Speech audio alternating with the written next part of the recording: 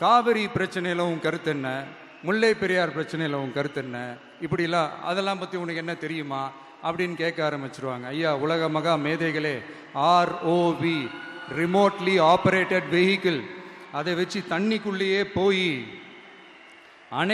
அணைகளோட உறுதித்தன்மையை ஆராய்ச்சி பார்க்குற வரைக்கும் நான் எல்லாம் தெரிஞ்சுதான் வச்சிருக்கிறேன். ஒருத்தன் சைலண்டா இருக்கான், அமைதியா இருக்கான்னா உடனே அவனுக்கு எதுவுமே தெரியாதுன்னு நினைச்சிடாதீங்க. சும்மா கருத்து சொல்லிக்கிட்டு கம்பு சுத்திக்கிட்டு இருந்தா எல்லாமே நடந்துருமா?